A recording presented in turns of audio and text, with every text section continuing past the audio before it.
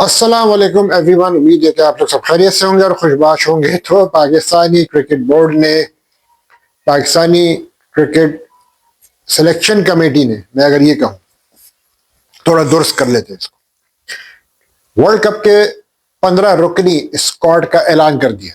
Squad आप देख सकते हैं।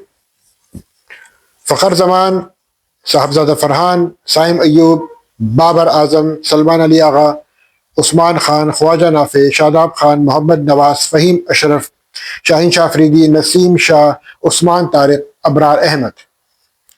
जो मिस आउट हो गए हैं, जो प्लेयर्स, जो 16 रुकनी स्क्वाड, जो भी इससे पहले ऑस्ट्रेलिया के खिलाफ जो T20 सीरीज होने जा रही है फ्रॉम द 29 ऑफ जनवरी, जो स्क्वाड अनाउंस हुआ था ऑस्ट्रेलिया के लिए, उसमें से मोहम्मद वसीम जूनियर को ड्रॉप कर दिया गया।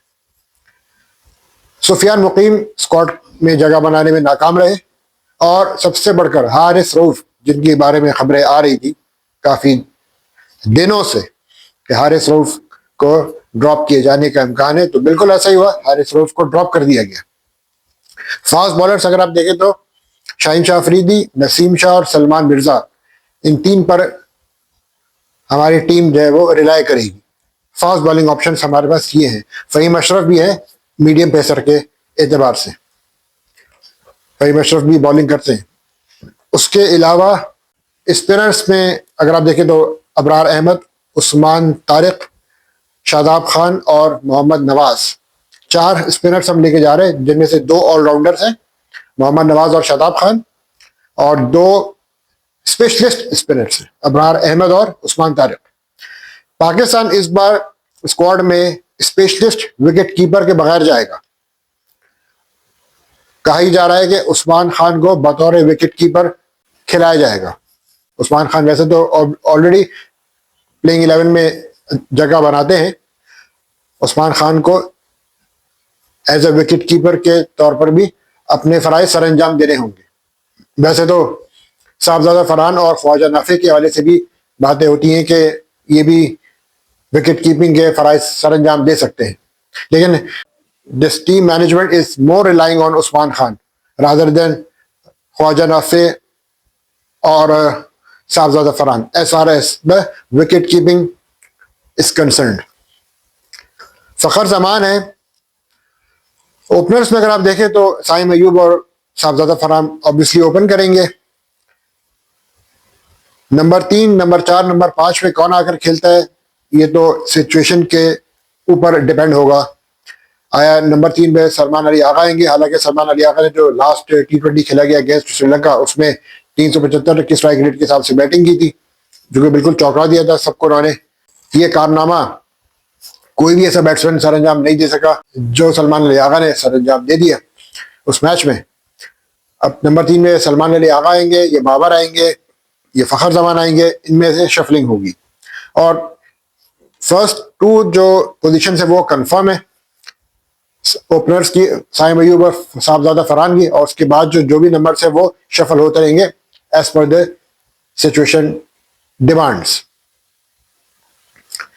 तो यहाँ पर अगर देखा जाए T20 फॉर्मेट की जो डिमांड है, स्ट्राइक रेट, जिसको बहुत ज्यादा फोकस दी जाती है ऑब्वियसली, क्योंकि स्ट्राइक रेट का ही गेम है, कम बॉलें खेलनी है और आपको ज्यादा से ज्यादा रन बनाने।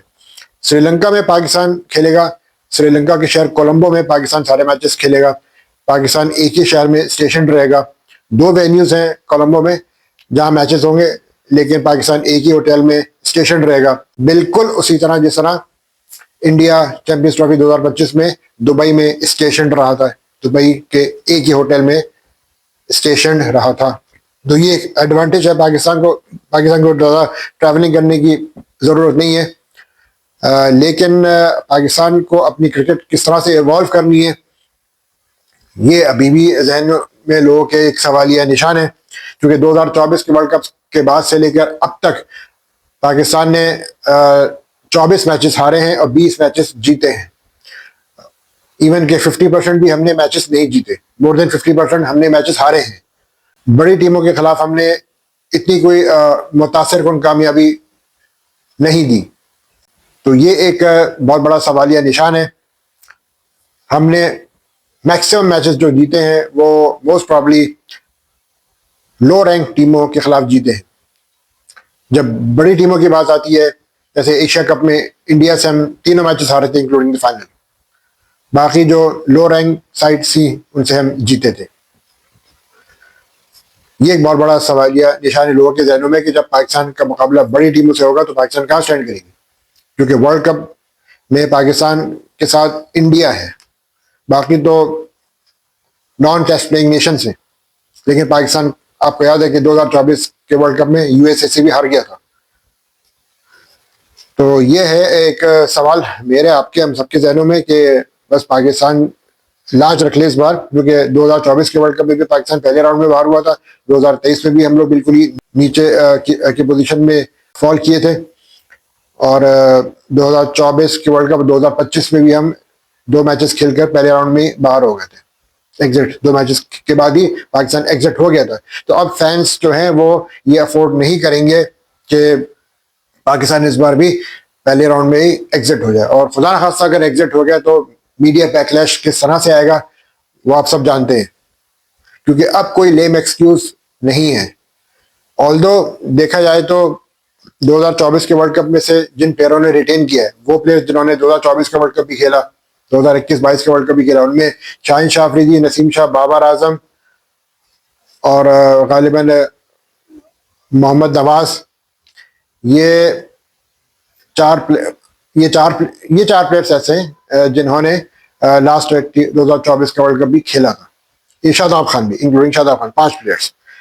और रेस्ट जो प्लेयर्स हैं जो फर्स्ट टाइम ये वर्ल्ड कप खेलेंगे, T20 के फॉर्मेट का वर्ल्ड कप खेलेंगे फर्स्ट टाइम, उनमें सलमान अली आगा हैं, उस्मान खान हैं, और इसके बाद अल्लाह भला करे आपका साइम अयूब तो 2024 के वर्ल्ड कप में भी थे, लेकिन एक आध मैच ही खेले थे वो अबरार से, लेकिन अबरार को मौका नहीं मिला था, वो बेंच पर ही बैठे रहते।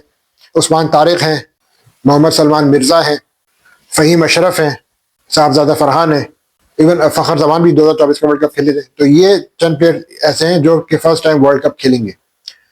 पाकिस्तान के पास सबसे बड़ा प्रॉब्लम ये बैटिंग इज कंसर्न। मैं अगर बैटिंग की बात करूं तो स्ट्राइक रेट का सबसे बड़ा इशू है। अगर इंडिया से कंपेयर करें तो इंडिया के जो टॉप 7 बैट्समैन आते हैं वो ऐसे प्लेयर्स हैं जो 200 प्लस के स्ट्राइक रेट से खेल सकते हैं। उनके लिए 200-300 के स्ट्राइक रेट से खेला उनके लिए कोई मसला नहीं है। अभी जैसा कि आपने देखा लास्ट T20 मैच जो अगेंस्ट न्यूजीलैंड खेला गया, उसमें उन्होंने 208 का टारगेट 15.2 ओवर्स में चेस कर लिया। क्या पाकिस्तान की बैटिंग लाइनअप इतनी कैपेबल है कि वो 200 का टारगेट चेस कर ले? क्योंकि जो 2 मैचेस अभी हाल ही में हुए थे पाकिस्तान के, जिसमें पाकिस्तान को 190 प्लस का टारगेट मिला था, पाकिस्तान चेस नहीं कर पाया था, पाकिस्तान हार गया था। पाकिस्तान सिर्फ अपनी बॉलिंग की बदौलत मैचेस जीता है। पाकिस्तान ने बॉलिंग तगड़ी की है, तभी अगली टीम को पाकिस्तान ने ठिकाने लगाया। जहां पाकिस्तान की बॉलिंग लाइन डामाडोल हो गई, वहां पे पाकिस्तान मैच हार गया, क्योंकि पाकिस्तान के बैट्समैनों पर प्रेशर पड़ा और वो प्रेशर को एब्जॉर्ब नहीं कर पाए। जिस तरह से इंडियन टीम ने अगेंस्ट न्यूजीलैंड वाला जो मैच सेकंड T20 जो हुआ, वहां पे उन्होंने एग्जाम्पल सेट की कि 6 रन पे 2 खिलाड़ी आउट होने के बाद उन्होंने पावर प्ले में ही नेक्स्ट 4 ओवर्स में 75 तक स्कोर पहुंचा दिया, और 9.1 ओवर्स में दे वर 129 फॉर 2। तो आप फर्क देख लें, कहाँ 2 ओवर में 8 रन पे 2 आउट होते हैं और कहाँ रेस्ट 7 ओवरों में उन्होंने कैसा पासा पलटा।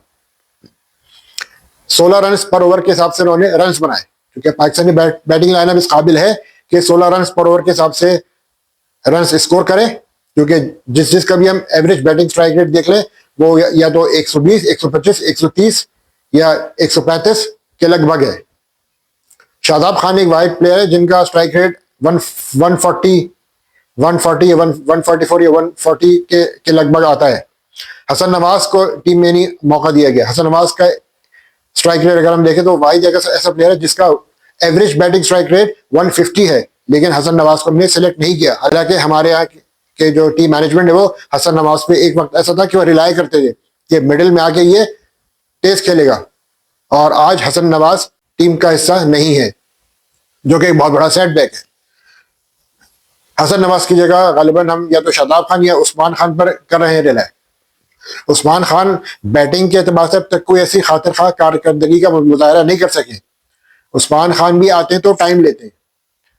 कोई ऐसा प्लेयर हो हमारे पास जो कि टाइम न ले और 16 गेंदों पे 45 रन मार दे, ये प्लेयर चाहिए। लेकिन श्रीलंका की कंडीशंस प्रॉब्ली डिफरेंट होगी as compare to India. India में तो रन बनेंगे 300 रन, 300 एंड अबव बनेंगे। इंडिया अगर फर्स्ट बैट करेगा तो मेरे ख्याल से 300 350 ना मार दे, और अगली टीम तो फिर इस काबिल ही नहीं होगी। 20 ओवर में अगर किसी टीम के पास टारगेट लगा होगा 340-50 का, तो वो तो पहली ये कि हार मान जाएंगे। लेकिन श्रीलंका में कंडीशन थोड़ी मुख्तलिफ होंगी, क्योंकि बॉल स्पिन होता है, रुक कर आता है, स्लो पिचेस हैं, तो श्रीलंका में कंडीशन मुख्तलिफ होंगी, जहां पे पाकिस्तान को एडवांटेज होगा in terms of bowling, not in terms of batting. लेकिन बहरहाल अगर किसी खिलाड़ी ने ओपोनेंट के रन स्कोर कर दिए 20-25 एक आध ओवर में, क्योंकि एक ओवर जो होता है वो गेम चेंजर होता है T20 फॉर्मेट में, तो टारगेट अगर 190 प्लस हो गया तो पाकिस्तानी बैट्समैनों के लिए बहुत बड़ा चैलेंज होगा। हालांकि लास्ट जो T20 मैच था, जो कि गालिबन कम ओवर्स का था, 12 ओवर्स का था मेरे ख्याल से, जिसमें पाकिस्तान को 160 प्लस का टारगेट चेस करना था, फाउंडेशन पाकिस्तान ने बहुत बेहतरीन दी थी। साइम और साहबजादा के आउट होने के बाद जिस तरह से सलमान अली आगा ने इनिंग खेली थी,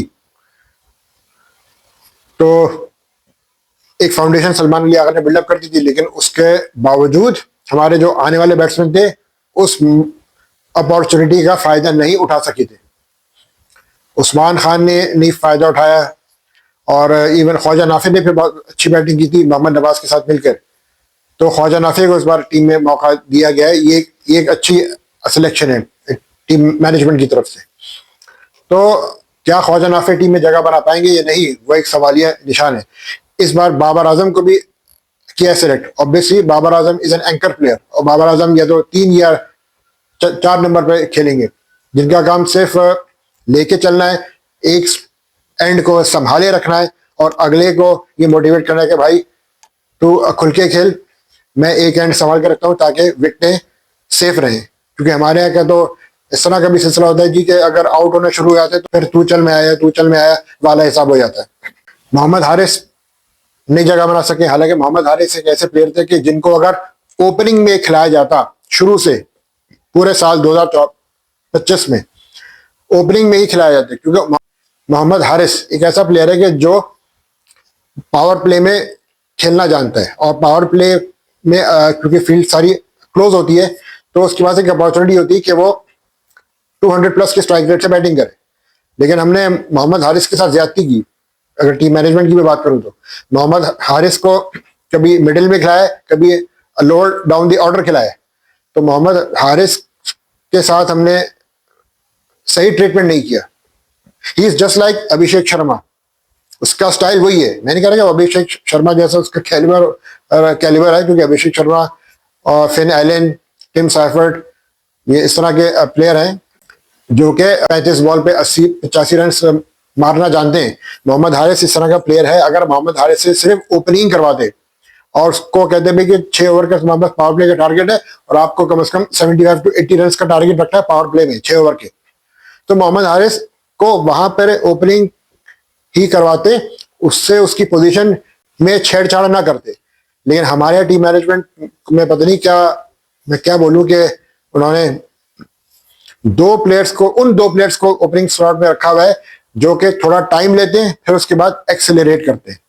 आप देख ले, इंडिया तैयारी करके आ रहा है, उनके पास अभिषेक शर्मा है, उनके पास एक ऐसा प्लेयर है जो कि 250 के प्लस के स्ट्राइक रेट से बैटिंग करना चाहता है, वो ओपनर है। आपको ओपनिंग स्लॉट में प्लेयर ही ऐसे चाहिए, और एक आध प्लेयर ऑब्वियसली 5वें 6ठे या 7वें नंबर भी कैसा बैट्समैन चाहिए। उनके पास रिंकू सिंह है, आपके पास कोई ऐसा प्लेयर है? ऐसा प्लेयर है लाइक अभिषेक शर्मा, रिंकू सिंह? ऐसा नहीं है कोई प्लेयर। जो प्लेयर आता है वो पहले टाइम लेता है। फहीम अशरफ रिंकू सिंह वाला रोल प्ले कर सकता है, लेकिन फहीम अशरफ भी बैटिंग के एतबार से वो कंसिस्टेंट नहीं रहा है, उस पर इनिंग्स काफी ड्यू है। वो खेल सकता है, एबिलिटी है, लेकिन वो डिलीवर उस हिसाब से नहीं कर पाया अब तक। तो ये एक बहुत बड़ा प्रॉब्लम है हमारी टीम का कि बैटिंग में अभी भी वो कॉन्फिडेंस नहीं है। अभी भी पाकिस्तान टीम जो है वो बॉलिंग पर रिलाय कर रही है कि अगर पाकिस्तान फर्स्ट बॉलिंग लेती है और अगली टीम को कम स्कोर पर आउट कर दीजिए तो पाकिस्तान फिर आराम से चेस कर लेगा। जहां 190 प्लस 200 का टारगेट लगा वहां हमारी बैटिंग लाइन जो है वो क्रम्बल्ड हो जाती है। सारा प्रॉब्लम वही है, ये प्रॉब्लम अभी भी चला आ रहा है। So batting is the problem as far as the Pakistan team is concern.